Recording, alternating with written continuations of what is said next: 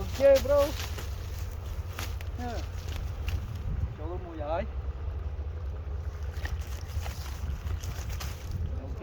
ngàyนี้យើងសងសឹកបានសម្រាប់ព្រោះព្រឹកនេះវាយកផ្លែអស់មួយហើយឥឡូវនេះយើងបានមួយវិញអូខេ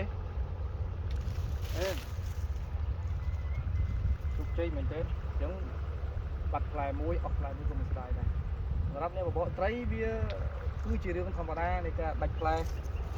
ប៉ុន្តែអ្វីដែលល្អបំផុតនោះគឺថ្ងៃនេះយើងជោគជ័យទៀតជោគភ្នែកឡោសងសឹកបានសម្រាប់ជួបគ្នានៅវីដេអូក្រោយ